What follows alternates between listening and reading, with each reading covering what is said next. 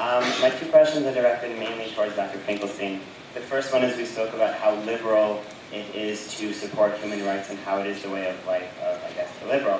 But mainly, I heard a lot of the facts that came out of your speech based on the Goldstone report, which was rejected by our liberal House of Representatives and our liberal Senate to be, quote, irredeemably biased and unworthy of further consideration or legitimacy. My first question is, how do you feel about our liberal Congress not supporting the resolution or the United Nations not accepting it? And my second question is, I heard you speak about how the conflict mainly lies with Israel's refusal to withdraw through the pre-67 borders. I'm sure you understand that they are not actually borders with ceasefire lines, as was deemed by the United Nations.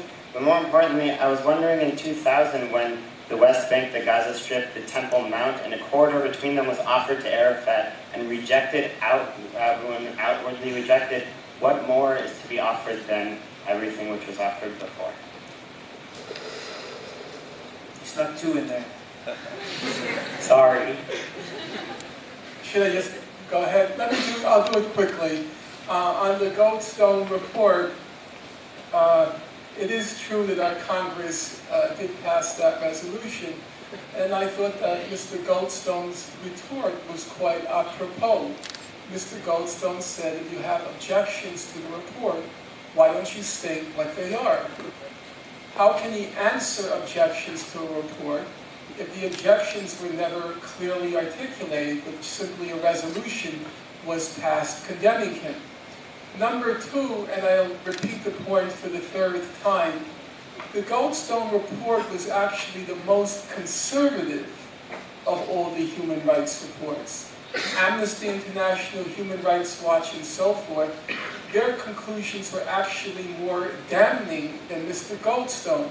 So when you want to discredit the Goldstone report, you have to bear in mind you're not just discrediting the Goldstone report, you're discrediting the whole gamut of human rights organizations and fact-finding missions. And then you're going to have to present a credible explanation of how is it that all the reports reached roughly the same conclusions. Was there a conspiracy? And if there was a conspiracy, what animated the conspiracy? Was it anti-Semitism? Was it Holocaust denial? How did it come to pass that all the human rights organizations reached the same conclusions, roughly? On the question of the 67 borders, I think you're incorrect on that point. The International Court of Justice said in July 2004, and it's been repeatedly ratified in United Nations resolutions annually, that Israel's borders are the June 1967 borders, the pre-June 5 or the June 4, 1967 borders, which is to say it has no title to any of the West Bank, any of Gaza, and any of East Jerusalem.